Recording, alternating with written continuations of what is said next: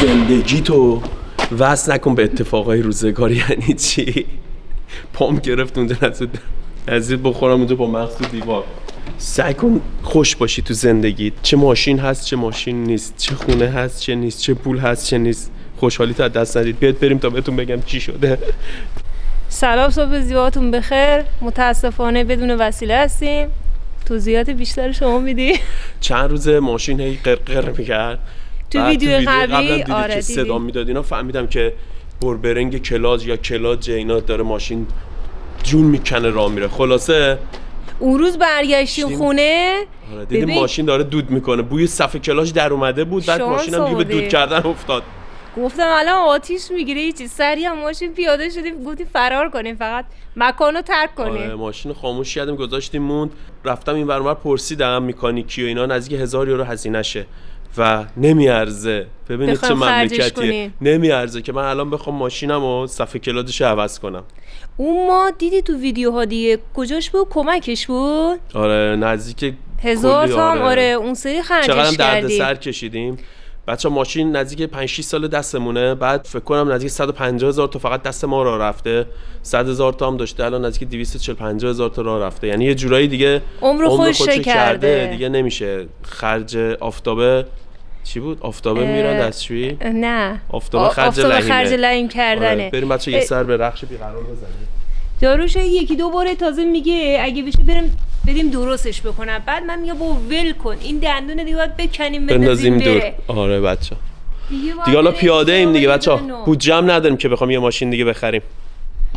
حالا ببینیم خدا چی میخواد. فعلا ماشین رو متاسفانه از دست دادیم. کلیدو بده اونجا.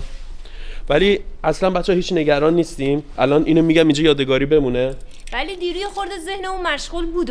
بی اون نیست که مثلا بگیم اصلا هیچ بیخیالی. آره. چون انگار فلج شده بودیم. دقیقاً انگار فلج شده بودیم. هیچ کاری نمیتونستیم بکنیم. هر جا می‌خواستیم بریم باید حتما با وسیله میرفتیم. حتی یه باشگاه رفتن منم حساب کن مسیر طولانی پیاده رفتم، ولی واقعا سخت بودش. مثلا که هوا هم سرده. آره. ولی خب دیگه خدا رو شکر. حالا اینو میخوام بگم، این اتفاق که حالا افتاده، ماشین اینجوری خراب شد، الان چند روز بدون ماشینیم، تهش به نفع ما تموم میشه. خب حالا من نمیدونم چی جوری از کجا و کی یا اینا، ولی میدونم که باعث میشه که یه ماشین بهتر و نوتر بیاد دست ما دیگه، با خیال راحت تر این ور اون ور بریم. حتما. آره هیچ آیدی هم نداریم، هیچ پولی هم واسه ماشین نذاشته بودیم کنار که بگیم الان مثلا یه سرمایه‌ای گذاشته بودیم کنار برای ماشین، هیچی. حالا دیگه ولی توکل به خدا دیگه. علی بی غم اومده. بریم ببینیم رخش بیقرار داره خورناس میکشه اینجا. ای رخش بیقرار بلند شد، تو الان باید تو جاده ناله میکردی، نباید بیفتی اینجا تو. آخه آدم دلش هم نمیاد به خدا آهنگ خداحافظی رو بخونه واسش. اومدیم دایی میایم پشت خونمون بازار.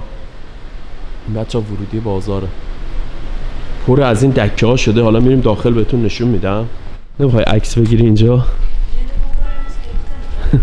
حتما دیگه ببین چه قشنگ درست کردن. شاید قشنگ‌تر باشه برای اینکه اینا چراغاش روشن میشه، قشنگیش بهتر معلوم میشه. آره تو روز معلوم نیست. آره اینم که خرس مهربونه همیشه هست. آره اینم چراغونیه. شب خیلی قشنگ میشه. آره شب قشنگیشون بهتر معلوم میشه. تو روز هوا سرد، هیچکی نیست. تو بازار خلوته یا صبح زوده اومدیم؟ کجا صبح زوده؟ ساعت 10 10:30. اینا رو دیدی که سرخیزن همه، ولی هوا امروز واقعا سرده. فکر کنم 2-3 درجه زیر صفره. بعد از ظهرم زده بود برف میاد. اومدیم بانهوف محلمون، ایستگاه اتوبوس قطار اینا سوار شیم بریم. چند تا نمایشگاه آره ماشین. چند تا نمایشگاه ماشین. نزدیک نیست که بخوایم پیاده بریم، حتما باید با یه وسیله بریم. بعد وایسادیم اینجا با اتوبوس بریم. اتوبوس هم تقریبا 10 دقیقه دیگه وقتشه میاد تو ایستگاه که سوار شیم. بعد برفم گرفته، حالا نمیدونم معلوم هست یا نه، خیلی سرد. گفتم برف میاد. آره ریز داره میاد، خیلی هم هوا سرده، اصلا یخ میزنه. بیا بریم تو بانهوف. قبل از اینجا هم رفتیم اداره بیمه ماشین. آره رفتیم گفتیم که آقا ما ماشینمون مشکل براش پیدا کرده، بازنشسته بخواد بشه. آره بعد گفت مشکل برات پیش اومده، کسکم هیچ عیب نداره. بچا بیمه اینجا اینجوریه که شما ماه به ماه پرداخت میکنی دیگه. وقتی مثلا اتفاقی میفته ماشین نمیخوای تکون بدی، میتونی بیای کنسل کنی، مثلا 2 ماه 3 ماه 4 ماه کنسل کنی، بعد دوباره حالا ماشینو دوباره راه انداختی یا یکی دیگه خریدی، بعد پلاکو بزنی روی اون. آره اینجوری نیست که حالا ماشین افتادی و بیمه 1 ساله داشته باشی بره. حالا فردا قرار شد که بیام پلاکینا اینا رو بیارم. آره ماشینو چند ماه آزاد کنیم، حالا تا یه ماشین دیگه بخریم. دعا کنید برامون که ماشین خوب پیدا کنیم. اتوبوس اومد ولی هنوز درشو باز نکرده. راننده‌اش نمیدونم کجا رفت. الان بیا سوار شیم. راننده‌اش هم فکر کنم فارسی زبون بود. برفم که همچنان داره میاد. نمیدونم معلومه یا نه. زیرا رو معلوم میشه. نه قشنگ معلومه. بچه‌ها راننده همونجوری که بهتون گفتم فارسی زبون بود از کشور افغانستان. باید تابلوی اون رو نگاه کنیم ببینیم دقیقاً چه ساعتی برمیگرده. آره فکر کنم برگشتنه باید پیاده بیایم. نه من قشنگ اون وقت یخ میزنم. چون 2 ساعت دیگه برمیگرده یا ببین اینجور موقعاست که آدم قدر چیزایی که داره میدونم. ببین ما غیر قیمون رخشی به قرار بود 1-2 سال رفته بودیم همه رو گشته بودیم.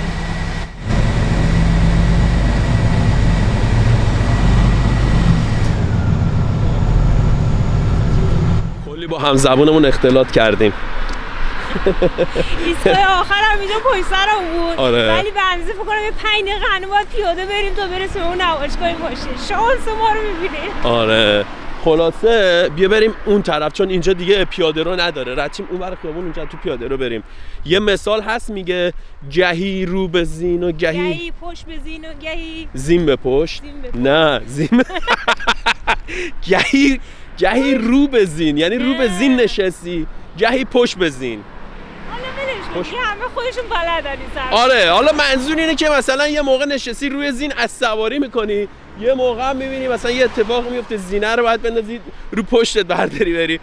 حالا اینه. ولی مهمتر از همه اینه که آقا خوشحال باشی، نگران نباشی، نگی ای بابا نمیدونم این چه زندگیه، گوه تو این زندگی، چرا من همش خراب همش فلان. اتفاقای زندگی میفته دیگه، هیجانات زندگی. آره اون خودت تعیین میکنی اتفاقایی که تو زندگیت میفته به سمت خیر بره یا به سمت شر. الان اصلا هیچ نگران نیستیم، مهم نیست، پیاده داریم حال میکنیم ها، میگیم میخندیم سرده هرچی میگیم میخندیم خدا. بعد یه چند وقت دیگه میبینی آقا یهو مثلا خط به بخیر شد، یه اتفاقاتی میفته، یه ماشین بهتر از رخش بیقرار خریدیم و سالمتر و جدیدتر. ما چرا تو ایستگاه نگاه نکردیم ببینیم ساعت چند اتوبوس برمیگرده؟ بیا دیگه حالا مهم نیست دیگه، زندگی همینجوری برای خدا میگه بخیم میایم ما میریم. بیا اینجا این ماشینا رو نگاه کنیم، یه نمایشگاه. یه نمایشگاه اینجا. یه هست آرمش؟ کیا؟ اینا فکر کنم کیاه. آره ستاشخالی اونجا، پوست موضوع بنداز. خب اینجا هم هست، حالا هر کدوم دوست داری. ها؟ میندازم. نگاه کن شانس رو نگاه کن قشنگ از اینجا میبینی قطره رو.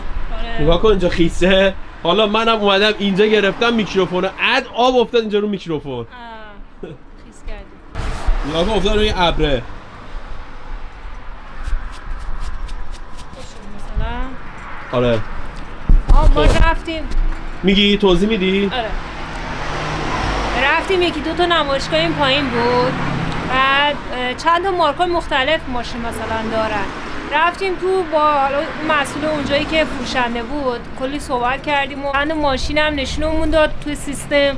بعد گفت شرایط اینجوریه مثلا اینقدر پیش بدید، اینقدر قسط بدید، چند سال طول میکشه و کلی توضیحات و اطلاعات در مورد ماشینایی که حالا مثلا می‌خواستیم بگیریم.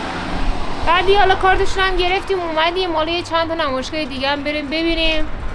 تو ماشین چی رو میگی؟ گلف میگه ماشین خوبیه، ببینیم حالا مثلا چیز مناسب، اون چیزی که مد نظر ما هست از عهده‌اش بر بیایم ببینیم پیدا میکنیم بگیریم یا نه. ولی حالا فعلا زمان میبره دیگه، نمیدونیم حالا یه هفته، 10 روز، 2 هفته، یه ماه طول میکشه فعلا بدون وسیله. تو این فرصت هم اومدیم اینجا یکم خرید کردیم، گفتیم دیگه داریم با اتوبوس میریم زدم خرید کنیم با خودمون ببریم به یاد قدیم. بریم خونه نهار، میخوام فلافل درست کنم واسه بچه‌ها. البته موادش گذاشتم آماده است، بعد بریم سرخش کنم. وایسادیم اینجا اتوبوس بیاد. ساعتاشه فکر کنم ساعت 1، این 3 نمیدونم چیه، حالا همون 1 فکر کنم میاد. انداختی آشغالی پوست موضوع؟ با اجازه مینداختی اینجا یه سر میخوردیم اقلا. بچه‌ها هیچ موقع توی اتوبوس اینجوری پشت به این ور نشینید. نگاه کن سرگیجه میگیری؟ سرگیجه میگیریم. بعد اینم خیلی تند داره میره، بعد یه حالت بدی بهم دست داده. آره انگار مثلا از یه بلندی به پشت افتادم دارم میرم پایین. نباید نگاه کنی جادار، نباید نگاه کنی، تو خود اتوبوس باید نگاه کنی که سرگیجه نگیری. اتوبوس پیاده شدیم، اگه بدونی یک وضعی شدیم، بچه مدرسه یا تعطیل شده بودن، ریختن آقا شده و کیپ پا کیپ آدم نمیشه تکون بخوری. الان هم ستایش تعطیل شده، گفت بیای دنبالم صبح، حالا بریم ببینیم بهش میرسیم. رفتیم به موقع دم مدرسه ستایش رسیدیم. همون تا رسیدیم ستایش هم در مدرسه اومد بیرون. ستایش رو بردیم خونه، تو راه زنگ زدیم به بهار هم دیدیم اومده رسیده خونه. امروز زود تعطیل شده بود. بعد دیگه صبح ما قبل اینکه بریم بیرون یه بسته مواد نخود و فلافل چرخ کردم آماده تو فریزر داشتم گذاشتم بیرون یخش وا بره. دیگه اومدیم خونه دیدم آماده است. سریع یه گوجه فرنگی، نصف فلفل لرمه‌ای سبز، یه حب سیر بزرگ، اینا رو هم چرخ کردم قشنگ کاملا ریز ریز با ادویه خود فلافل، یکم نمک و زردچوبه با فلفل سیاه، همه رو کاملا مخلوط کردم. در ضمن یه نصف قاشق چایخوری هم بیکینگ پودر ریختم برای اینکه کاملا پف کنه و پفکی بشه، با نصف لیوان آب. آبم بستگی داره به موادتون که چقدر باشه، هرچی بیشتر باشه مقدار آبم باید بیشتر باشه. آبو برای اینکه وقتی فلافل رو میپزی خیلی خشک نباشه، یه مقدار بافتش نرمتر باشه. حالا ما آب میریزیم توش، حالا بعضی شاید نریزن. اینم از مواد فلافلمون، ببینیم به چه صورته، نه خیلی سفته نه خیلی شله، به این صورت. خود فلافل هم که داره اینجا میپزه هنوز کاملا سرخ نشه. میبینید؟ ببینید ارتفاع قطرش چقدره. حالا یه دونه کامل که پختش حس میکنم نشونتون میدم. اینم از فلافل ما آماده شد. اینم سس با ماست درست کردم، گوجه خیارشور، اینم ترشی کلم بنفشه، نونم که آماده. بهار خانومم آماده. بابا خیلی گرسنشه. سس مخصوص داره درست میشه، مثل سس خردل میشه نه؟ دو رنگ درست. مزهش فکر نکنم مثل سس. نه مزهش مثل اون نمیشه، فقط رنگ و قیافش مثل اون میشه. بذار هم بزنم. منم غذای مخصوص خودمه، گوشت با نمک فقط. منتظر ستایش هم بیاد. جاتون خالی. آره میگم فقط رنگش شبیه اون میشه. خردل زرده. سس سالاد سزار چی این؟ نه سس سالاد هزار جزیره چی؟ هزار جزیره؟ نه نمیدونم، بگید کدوم سسی رنگی هر کی هزار جزیره. باید بریم یه فلافلی بزنیم.